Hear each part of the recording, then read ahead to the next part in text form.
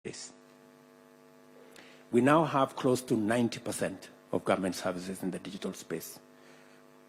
Last year, we had only 350 government services. Today, we have 14,000. And we are continuing to discover some more.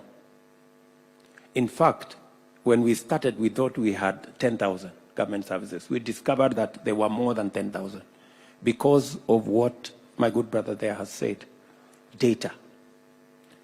Now we are building a bigger ecosystem of data. We can make decisions with clarity. We can make decisions with specificity. You know, we can know we are intervening here. Let me give you an example. We decided to register all farmers.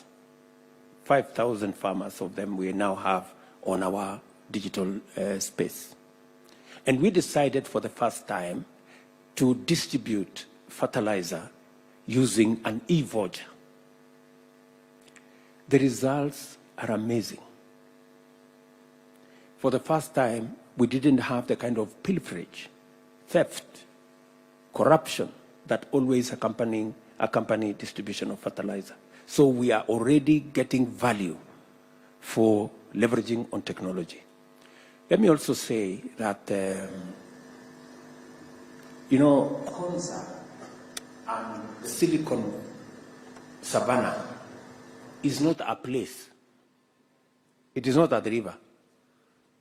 It is a mindset. It's a whole, you know, it's a whole thinking. So, you know, sometimes I find people, they go and lock themselves up in a concert at the river. That's not what it is.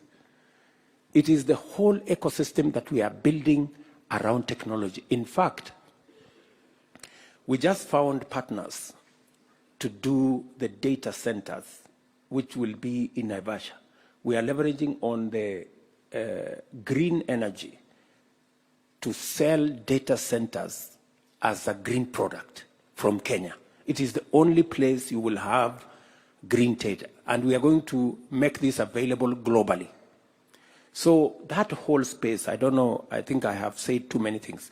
I'm just trying to give you the buffet of what we are doing in the technology and digital space. Just before I came to this meeting, we were having a conversation with my CS for health on how we are going to digitize, actually the journey for digitization of our health records. Because we need to make health records portable. We need to make the whole health ecosystem from commodities, prescriptions, claims, interoperable, so that it becomes a lot easier. And in the process, we will gather a lot of data on prevalence of diseases, what do we do with our commodities. KICC is going to be a different place after we digitize that whole ecosystem. In fact, by June next year, you will have a different experience with our health provision, again, because of technology. And that's the reason why we have big pushback from people who do not want us to digitize health. That's why they've gone to court, you know. They want to stop us because they run remote hospitals, hospitals that do not exist. We were being briefed about a hospital in Kino that is doing more surgeries than Aga Khan and Nairobi hospital combined. You know? So I sent my CS, can you go and look at this miracle, please? You know? And those are the people who have gone to court because they don't want us to digitize the space so that they can continue to game NHIF. I promise you, we will stop them. And we are going to digitize this place. So technology is going to be a big part of our, and we will need people like Joel. People like Joel to work with us. We can leverage on their knowledge, their expertise to drive our own agenda here at home. Sorry for saying too many things. No problem, Mr. President. Next time, I think I'll try to cut you short if you're not saying nice things, but you were saying nice things. And I will say, Mr. President, I think it is clear in everything that there are some people who thrive in chaos, and they create chaos so that they can thrive. Unfortunately, data provides transparency, and with transparency, the chaos is eliminated. So thank you very much for your comments on that. I'll go back to Joel so that we finish on the technology questions, and I'll just ask you. We talk a lot of things about things like artificial intelligence, machine learning, Internet of Things, augmented reality, and these are the things that are like child's play to you. And I would like to know, in your investment at Pathways Technology Limited, how has this contributed to the Kenyan economy and the community around you? Thank you very much, Joanne. And Mr. President, you're spot on the technology. At Pathways, we've been running for the last 10 years. In the US, but leveraging the young people here in Kenya. We've had about 1,000 people go through Pathways, and we're happy to say that we get rated all the time by Safaricom, Google, Amazon, which to us is okay because we're creating employment. What we've done is we have a very, very solid training program that we're now scaling up with the help of Konza. We have an MOU where we plan to train 20,000 young people over the next 5 years in some of these very high-tech skills, AI, machine learning, and all that. So the future is bright. Like I said, there's a big wave going around, and Kenya is the destination. Forget about India. Thank you. That's brilliant, absolutely brilliant. And Kenya is the destination. Now coming to you, Prof. You lead a lot of people in diaspora, and I believe that Proximity Point is established on about 40,000 acres. This is a housing development that is being called the City of Return for the diasporans. And His Excellency has spoken at length about the issue of affordable housing. And this is an area of great concern for majority of us as Kenyans. Maybe you can just talk to us about how you want this to be the first green city in Kenya, and also how you've been able to mobilize all these people, any challenges you've encountered very briefly, so that then we can see whether there's any intervention that His Excellency can put in place to make sure that even diasporans coming can be able to invest in that space. Thank you very much, Joanne. And I think this is an amazing opportunity to kind of communicate this officially in this place. So before we actually articulated how to come back, because some of us have been in the diaspora personally over 32 years, and we feel that it's a time for us to engage with the country. So we formed an organization which is called One Voice Consortium. One Voice Consortium has over 110 organizations across the board, and that's in the entire diaspora. Through that, we did a kind of a proper research to identify which part of the country would be suitable for people like us coming from cold countries, and then what is the economic potential, what is the government agenda in that region. And we identified the Lapset corridor, that is the end of Kilifi County into Tana River and into Lamu County. So we just had that transaction. And what we saw there was pro-economy, agribusiness, technology, and the like. We also identified that in one of the sub-counties that we'll be working in was the poorest county in the whole country. And for the diaspora, remittances was not enough. We wanted to be participants of strict, clear transformation. So through One Voice Consortium, we mobilized. We've traveled across the entire diaspora communities. And just last month, I spoke to over 2,000 Kenyans in Dallas, Texas. And how we mobilized that is kind of saying we have younger generation that has no historical, traditional attachment to Kenya. How can we create an atmosphere for them that makes them attracted? They earn 10 times more than we earned when we went to the diaspora. So the strategy is to work with this generation, create resources, especially through the industrial park, to enable them invest, not necessarily emotionally, but because they can see the returns on their investment. So our prayer to the government is that we get proper documentation, a special economic zone, so that we are able to channel directly our billions of dollars into Kenya and then rechannel them into the rest of the country. Excellent, excellent. And I think you had a point in terms of the ease of doing business, where we would get accelerated services, where even if it was a premium service, people coming in from diaspora could process, for example, land titles, etc., in an expedited manner so that they can then invest effectively. Mr. President, would you have a comment? It's, in fact, we, in the whole space of delivery of government services, from visa issues, land transactions, investment opportunities, that is a space that we haven't been doing well.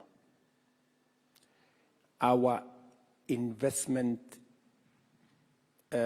branding has been very limited.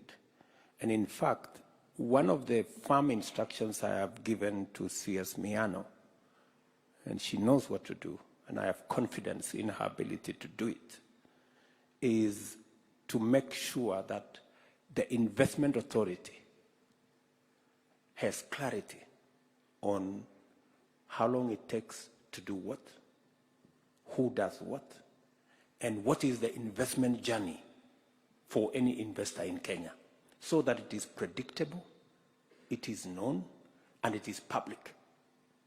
That is the correction we are making. So if you give us just another couple of months, we should be clear, because that is the space that we haven't done very well. But let me say the following, that what my brother is saying here about a special economic zone and all the other policy decisions that we have to make. If you look at today's newspaper, we have in the today's newspaper an advertisement to put infrastructure and the first phase of 6 special economic zones in Kenya that have already been gazetted. The 6 special economic zones are targeting opportunities like the one my brother here is talking about. Export-led, incentivized investments. We are targeting FDI on one side. We are targeting exports of different products on the other hand, and we are building an ecosystem that will facilitate, fast track, enable that to happen fast. So we have a special economic zone here in Thika, we have one in Sagana, we have one in Nakuru, we have Dongo Kundu, we have Naivasha, we have Busia, we have Eldoret. We are looking at other opportunities in different parts of Kenya. So, but it has to be targeted, and we need to know what are we trying to achieve. For example, the one in Thika, our focus is going to be pharmaceutical companies. We want to be specific so that, because we still import 70% of our pharmaceutical commodities and products to Kenya. And it is part of the reason why I was having a conversation last week with Prime Minister Modi, because we are importing almost 50% of all those products from India. And my conversation with him was, we cannot continue doing this. He has to mobilize his companies to come and invest in Kenya with Kenyan companies, to employ Kenyans, and to produce products for Kenya and for Africa from Nairobi or from Kenya. So this is the conversation we have. I think that's a really good initiative. Mr. President, I want to ask you short. I just thought that was really great. Care has been a thorn in the flesh of Kenyans, and if we don't deal with it, we have a serious challenge going forward. And with them coming here to set up companies, we create jobs, and at the same time, we deal with the problem that we are facing. So thank you, Mr. President. And you also referenced the issue of foreign direct investment and also exports. And so I segue directly into our next panelist, Thenya. Thenya, you have single-handedly created a luxury business. And this business, you have been at the Oscars with your fish leather bags. And we know that the BBC has said that as a partnership between the Kenya government and the Oscars, your bag was featured, and actually it was selected as the one to be used by Viola Davis. So given that light of resounding success, putting brand Kenya on the map as an exporter, can you talk to us about the challenges that you have identified that could unlock significant growth opportunities for Kenyans exporting high-end goods to various markets? Thank you, Joanne. Thank you, Mr. President. I'm also really honored to be one of the youngest panelists here, so don't mind if I'm a little bit nervous. Challenges would be definitely funding. There's a lot of funding for the creative industry, but foreign funding. We don't have a lot of local support, so that would be great if we could get funding. Another thing I'd also say is there seems to be an issue finding quality leather. So if we could improve the circulation and distribution of quality leather within the country, it would be great. We'd be able to grow an already thriving leather value chain, so that stakeholders like myself are not looking outside to places like South Africa to start importing cowhide. Like, I have people on a wait list because they want the cowhide bags, but I can't access cowhide. Other challenges would also be just getting younger people into the workforce. It would be great to work with younger artisans. For instance, I went to Milan to learn how to make bags, and it would be great to train people to do the same at that level of quality. I feel like a lot of Kenyan brands are shying away from entering the luxury because of the level of quality control that's needed. So it would be great to start working with younger people. Awesome. Thank you very much, and very precise. Mr. President, they say that when you have a hammer, every problem is a nail. I am a communications expert, and so I tend to see everything through the lens of perceptions. And from my experience working with brands, and from that perspective, I have seen the power of media and the power of film in shaping perceptions. In the audience today, we have powerful people like Alex Chamwada. We have Alison Gibwini of Alison Production, who's on Netflix. We've got people who have been doing a lot in that art space. And I was just wondering, segueing on from Fenya's comments, in positioning Kenya through our products for export, what are we doing to support the use of a uniquely Kenyan look and feel or brand presence, so that when we sell our products, we've got a stamp of quality that says, when you buy this product, this is what you're getting. Similar to what we have seen, for example, with countries like Germany, where when you hear it's German-made, straight away they're telling you it's quality. What are we doing in terms of Kenya as a country, as a brand, and what should we be doing, or what can we do with you, Your Excellency? Much. Listening to Ndenya, you know, she's saying what I should have said. She's so right, you know, she's so right. Leather is one of the lowest hanging fruits that we have. Why? Kenya is the third largest holder of livestock in Africa. We have the third largest herd, Kenya. And we are still importing everything leather. What are we doing with our, and by the way, we slaughter about 3 million heads of livestock every year, from cows to camels and sheep and goats. Yeah? These 3 million we slaughter, more than 50% of the hides and skin is either eaten by dogs, buried, wasted. It's a whole waste. And it is the reason why this year we have money in the budget specifically for leather. We are finalizing 3 tanneries.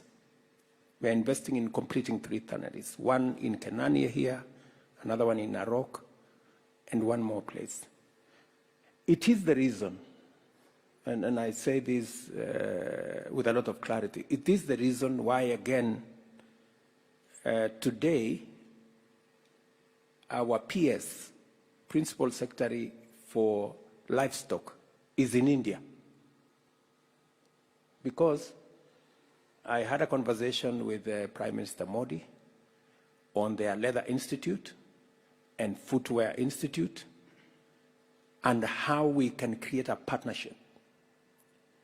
And I promised him that I would send my PS to sit down with what is going on in India, because there is a lot we can leverage on technology. There is a lot we can work with other stakeholders. And my intention is that, and I have said it publicly, we must have a sunset clause on the day we are going to be importing shoes into Kenya. We must produce leather products from Kenya because we have the leather, we have the hides and skin in plenty, we have the human capital at home, we have the market in Kenya, starting with, we import about 15 million pairs of shoes every year. Explain to me why we are exporting jobs, why we are using leather from other people's goats and cows when our own leather and hides and skin is being eaten. You know? It is stupid, isn't it? Yeah? So this is what we must do. And I want to salute Kenya and people like her who are doing something in that space, albeit at a small scale. It is my responsibility and the responsibility of the government of Kenya to scale up what Kenya and those people like her are doing. For your information, allow me to say one thing. A factory here in Athi River, run by a gentleman called Rao, I went to see him about a year ago. They produce the same quality of leather as you would find in Dubai or in Italy at a quarter the price. That's what it is.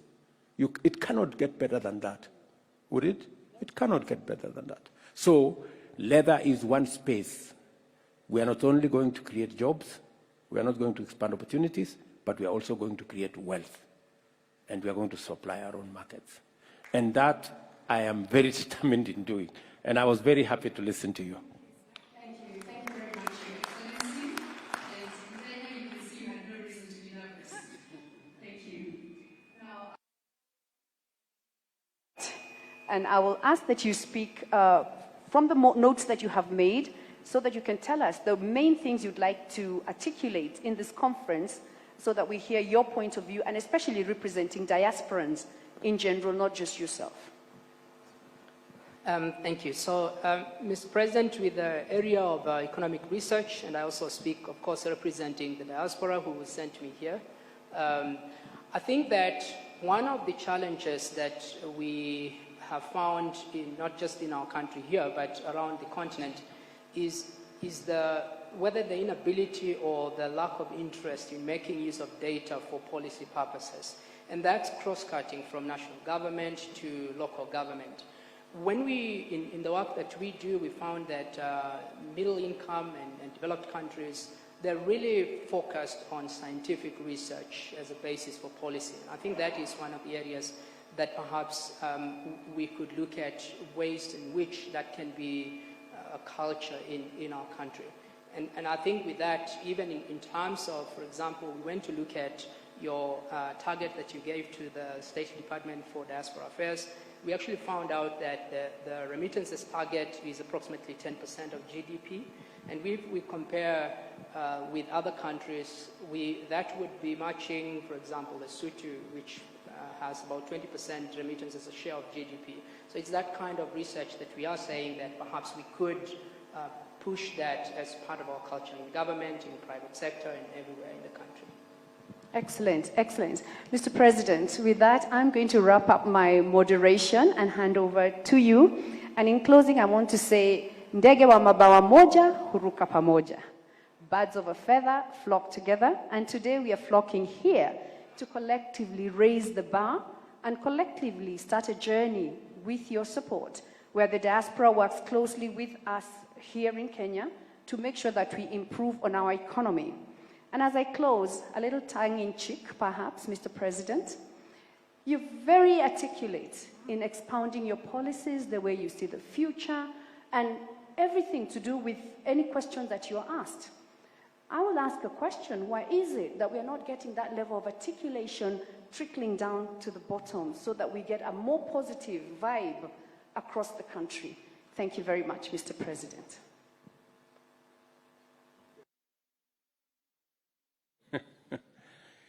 You see,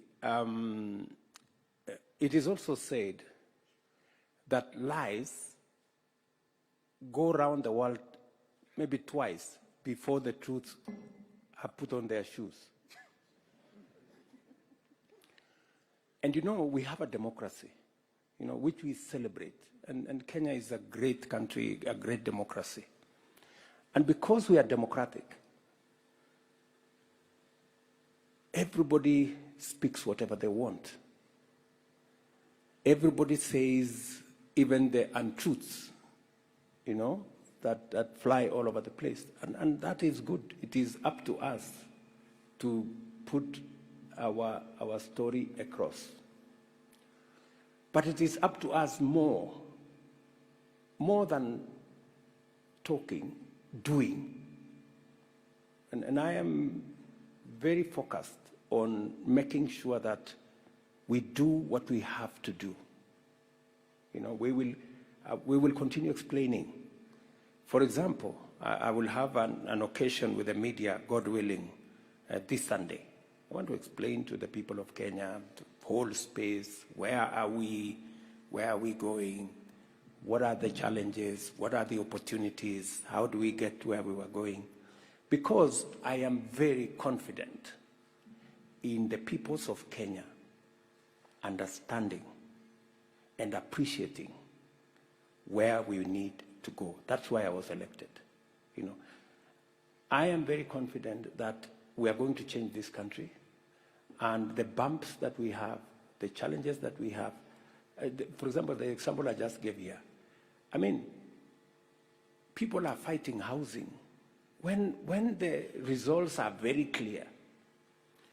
I even saw the other day the leader of opposition saying, why is Ruto exporting too many people from Kenya? I mean, is that really something we should be having a conversation about? We have the single asset that we have as a country is our human capital. We have the best human capital anywhere in the world. And you use what you have. We don't have gold.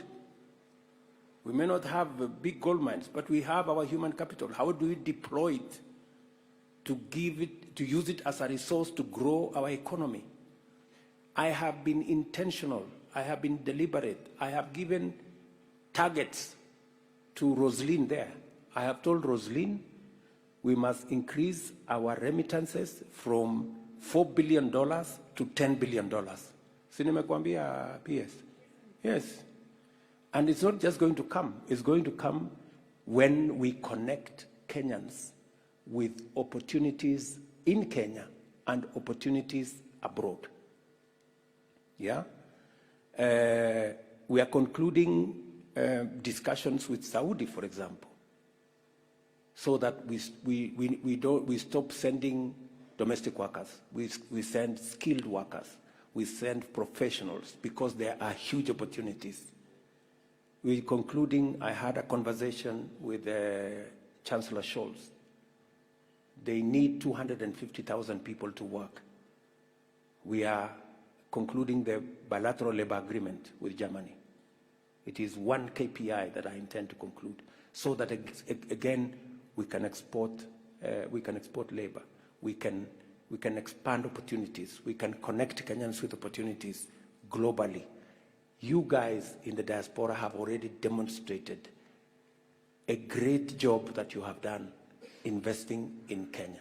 We want to expand those opportunities. So what I'm saying is we are doing more, speaking less, because shortly what we are doing will speak for itself. We may not need to say much. The people themselves will begin to see change happening in Kenya.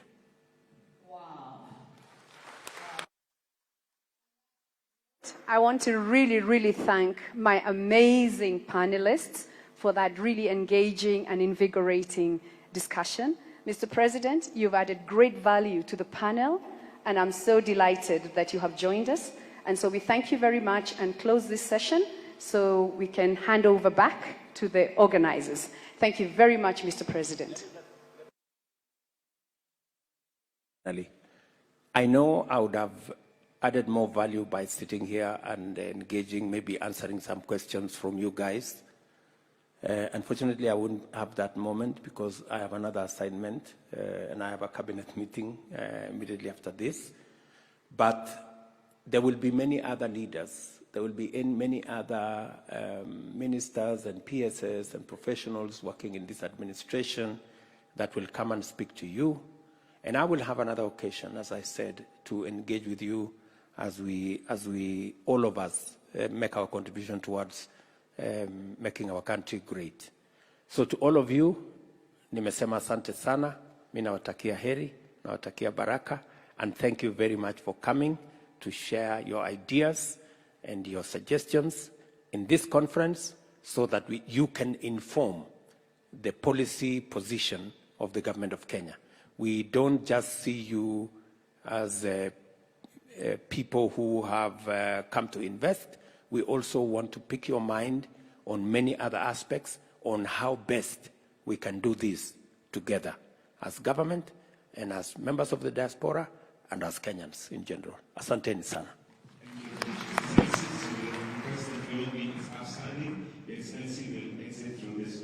If you don't mind, Excellency, just a quick picture for posterity for the sake of this.